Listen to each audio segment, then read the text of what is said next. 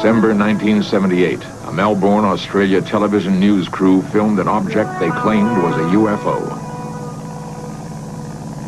That film gave chilling credibility to an earlier report of an Australian pilot who disappeared after he radioed that he was being strafed by a UFO. Delta Sierra Juliet, affirmative. It's not an aircraft, it's... Are there UFOs in the skies over Australia and New Zealand?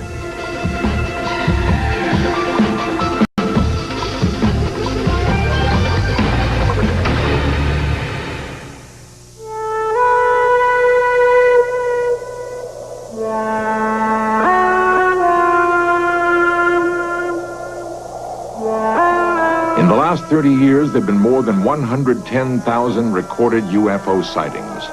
Researchers estimate that that number reflects only a tenth of those actually seen.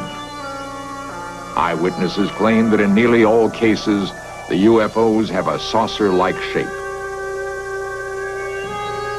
Despite repeated official government denials that UFOs exist, some people point to hard evidence of scorched areas on the Earth's surface where UFOs have supposedly landed. Believers claim that the scarred areas are caused by intense heat generated by the UFOs. UFO sightings occur throughout the world, but the great majority of reports have been in the southern hemisphere, in the skies over New Zealand and Australia. It was here that the most astounding UFO footage in history was recorded.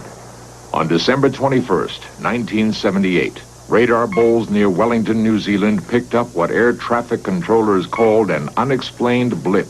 A local pilot, Vern Powell, was at the same time bound on a cargo mission from the South Island to the North Island of New Zealand.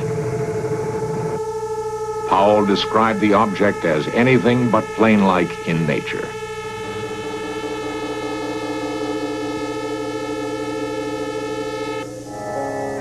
What was it that Captain Powell, a 35-year flying veteran, saw in that December night sky? Douglas Maben heads New Zealand's Mount John Observatory. Well, at that time that was taken, there were two very bright objects in the sky. One early in the morning was the planet Venus, seen in the mornings fairly close to the horizon. And during the night, from a little bit before midnight through to morning, the planet Jupiter was up in the sky, and it was very bright, though not as bright as Venus. So depending on the time of day or night when the photograph was taken, it could have been one of those two planets. People have been able to give us a fair enough description of the time and the position in the sky. They see these things, we're able to work it out, and every report I've had, we've had that sort of description, we've been able to identify it. The reports of these have been going on for so many years now, and if there's such an intelligent set of people about coming from outside the Earth that have been coming around all these times, I think by now they would have landed and introduced themselves. Others weren't so sure. Quentin Fogarty, a reporter for an Australian television station, was in New Zealand at the time of Vern Powell's flight. His station requested him to do a story on Powell's experiences. Together with David Crockett, a New Zealand cameraman, Fogarty decided to retrace the flight path of Captain Powell. In Search Of has recreated what happened to Fogarty on that fateful flight.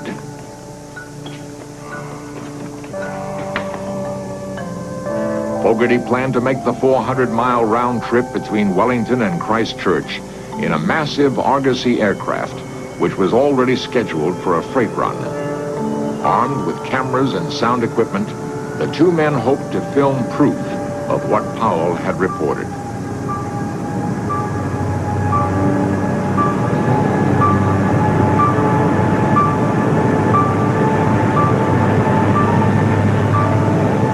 Fogarty realized that the chances of seeing what Powell saw 10 days earlier were remote, but he still had strange feelings about the flight.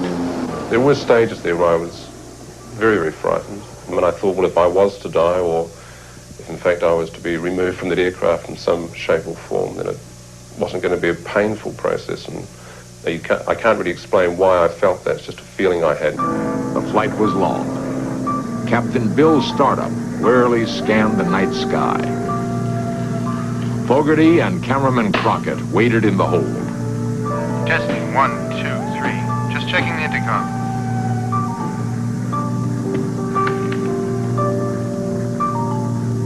It may be a long night.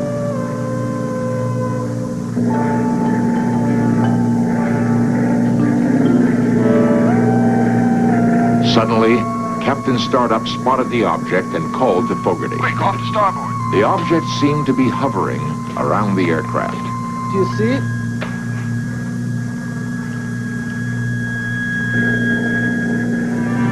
Unable to get good camera position, Fogarty and Crockett raced up to the cockpit.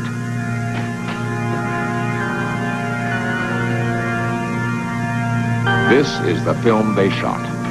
And by the time David and myself got onto the flight deck, I could see two bright lights, and in retrospect it now appears that this object was quite low, and in fact was reflecting on the water. We just kept looking at this one bright object that looked like a very bright star outside our starboard window. So we turned towards the object, and at this time David was continuing to film, and at one stage he said to me, he got very excited and turned around to me and said, you know, it's got a brightly lit bottom and a sort of transparent sphere on top. And I was doing a tape commentary at the time, and I remember saying that sounded like a classic flying saucer shape. And I think it was the last person to see it, was that I looked out the right-hand side of the aircraft and peered right down. And this object just went below the aircraft and disappeared. Nobody connected with this case has been prepared to say that they are extraterrestrial, because I don't think you can ever say anything is extraterrestrial until you can actually physically hold on to it or meet with the inhabitants, or, you know, or the thing lands in Central Park and you beam it live television around the world, and then people would say it was hoaxed anyway. But there are a number of possibilities, and I think that probably the strongest of all the possibilities is that it is extraterrestrial. The film is unlike any other recorded in history. The object darted about, changed color, shimmered with an eerie translucency. The object was incredibly bright, far brighter than any planet or star. The film, shot by Fogarty and Crockett, has since been analyzed by U.S. and Australian scientists. Their conclusions have been that it does show some metallic object, unearthly in its brightness. No one will hazard a guess as to what it was or why it appeared where it did. By plotting where UFOs have reportedly appeared, a complicated grid system was devised by a man who has become the dean of UFO researchers. Bruce Cathy, a commercial pilot for more than 40 years, believes that his system, controlled by the elements of light, energy, and matter, validates the presence of UFOs. Square one. I only found the system by actually studying UFOs, or the movement of UFOs. And it was after I found that UFOs have to use that system, or tuned into that system if they're going to move from point to point in space. The UFO shots were taken in New Zealand around last Christmas. Everything points to the fact that they were definitely, it was hardware in the sky. And the main reason I say this is the fact that it's not the first time. It was a bit of a joke to us at the time when there was such a furor made about this publicly worldwide, as if it was one case. Well, it's not so. There's been many, many cases similar to this in New Zealand and in the same area. There's been material tracked around the Cook Strait area and up around that area on many occasions by radar in Wellington. And on many occasions, even in daylight, there's been an object seen in the sky by crews in an aircraft, and that's also been sighted on radar. And in one of those particular cases, the radar crew asked the crew of the aircraft to vector themselves onto this object so that they could get a closer look at it. The crew were watching this from a distance, and they refused. And that object was in that area for so long that even on the second trip back from Wellington across the Straits again, it was still there. The crew saw it a second time. But that was a broad daylight case. So in nowhere could they say there was lights at night being reflected, or a Venus or anything like this. This is, but there have been many cases like this. and particularly in that area. This UFO film shot over New Zealand might bear a strange relationship to an event which occurred 3 months earlier. In Search Of examines that event next.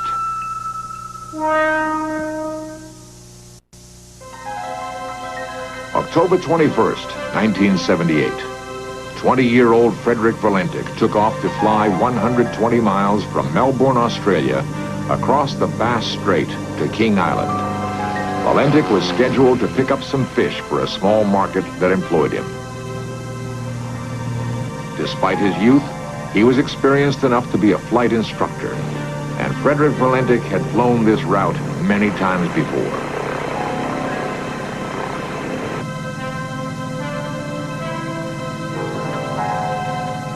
Delta Sierra Juliet, pilot to ground. Is there any known aircraft in my vicinity below 5,000 feet? Delta Sierra Juliet. Negative, no known traffic. Delta Sierra Juliet. There seems to be a large aircraft below 5,000 feet. Delta Sierra Juliet. What type of aircraft? I cannot confirm, but it's 4 bright lights that appear to be landing lights. Unknown aircraft has just passed over me, about 1,000 feet. Is large aircraft confirmed? Delta Sierra Juliet, affirmative at the speed it's traveling. Are there any RAAF aircraft in the vicinity? Negative. Confirm you can't identify aircraft. Affirmative. Delta Sierra Juliet, Melbourne. It's approaching from due east of me. It seems to be playing some sort of game, flying at a speed I can't estimate. Stephen Roby, air traffic controller on duty then, explains the reported UFO's movement. Times and coming from various directions. And then he started orbiting, and the aircraft was orbiting above him. And on several occasions he sort of stated that towards the end it wasn't an aircraft, and he described it as having a sort of a green light on it, and also it appeared to be a sort of a silver metallic colour. Delta Sierra Juliet. What is your altitude? Delta Sierra Juliet, 4,500 feet. Delta Sierra Juliet. Confirm you can't identify aircraft. Affirmative. It's not an aircraft, it's... We expected Guido Valentic is Frederick's father. night.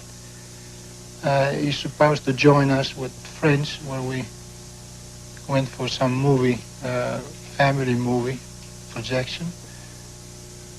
And that night he never turned up. He didn't ring up. Normally, he's always, when he go for a trip, when he return at the airport, he normally would have called us, you know, I'll be home after an hour or so. But that night, it was quite strange, you know. We didn't know anything about it. We got home about 11 o'clock and he wasn't home. My wife then started to worry about it. And so, you know, I said, oh, this is too late to start inquiry. Can you describe it? Delta Sierra Juliet. It's flying past. It is a long shape. Cannot identify more than that. Coming for me right now. He described it as being of a long shape, and as I said before, a silver colour with the various lights on it. And he actually did say it wasn't an aircraft. So it's very strange. It appears to be stationary. I'm orbiting. The thing, it's orbiting on top of me. It has a green light and a sort of metallic light on the outside. It seems to have vanished now. Confirm it has vanished. Affirmative. Do you know what sort of aircraft I've got? Is it military? No military traffic in this area. It was 8 o'clock, 8:30 in the morning. Nothing still happening and couldn't see any sign of him, and I was just about to get up and maybe get on the phone, where all of a sudden a couple of uniform blue slack-legged walk in the front door. And at that time we realized immediately that something was wrong. Delta Sierra Juliet, engine is rough idling and coughing. Delta Sierra Juliet, what are your intentions? Proceeding King Island.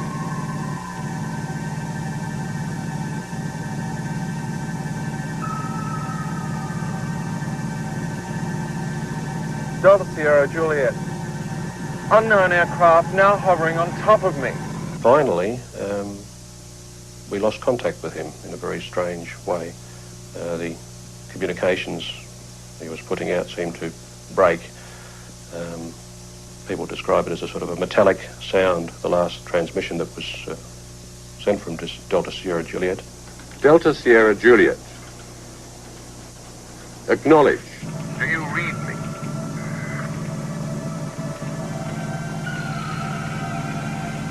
Do you read me? Delta Sierra Juliet. Repeat. Do you read me?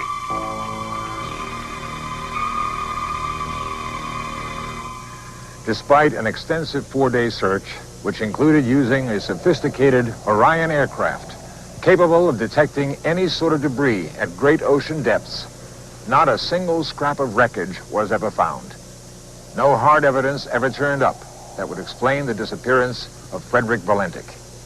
But theories abound. Some say that Valentik became disoriented and saw this lighthouse. A second theory is that he saw lights of fishing vessels and then, becoming disoriented, spiraled his plane into the ocean. Guido Valentik, Frederick's father, believes otherwise. Well, after Frederick reported this UFO incident, I inclined to think that it could be some intelligent life in the outer space, despite all the officials are trying to suppress this. Or really makes me very confused, because knowing Frederick what he radiated and knowing my son wouldn't make himself so ridiculous in stating things like that. So I'm inclined to believe that really must be something in the space that the general population may not aware to be. And I realized after his disappearance, which I couldn't have the opportunity before, how many calls I get from various parts of the world. And they really encouraged me to believe that he could be still alive, maybe with another intelligence in the space.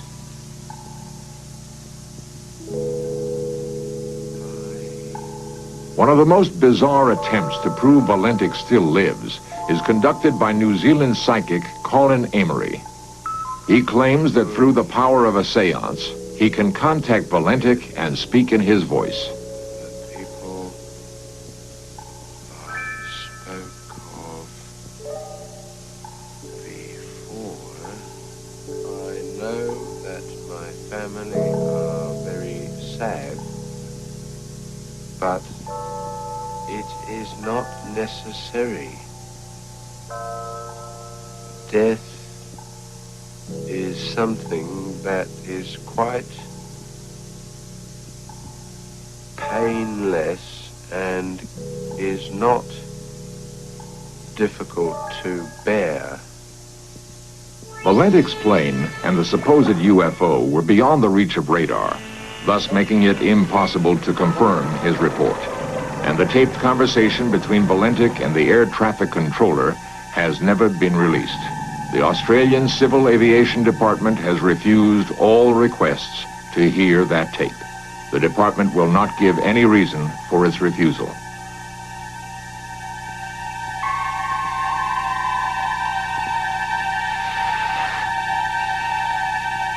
Delta Sierra Juliet. Acknowledge. Do you read me?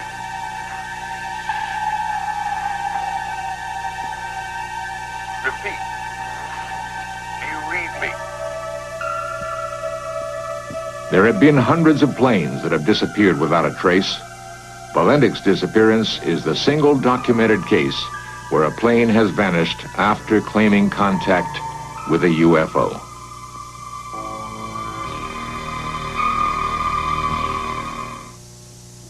For years, In Search of cameras have found and recorded the reports of individuals claiming to have seen UFOs. And there was this weird object, funny noises, and it was really bright. When I first saw it, I was standing approximately right here, but I couldn't get too good of a view of it because the brush and the trees are in the way. I don't know how many people saw it and told us the next day that they saw this thing up in the sky. In the sky. I noticed up by the blue shed over there that there was something in the sky.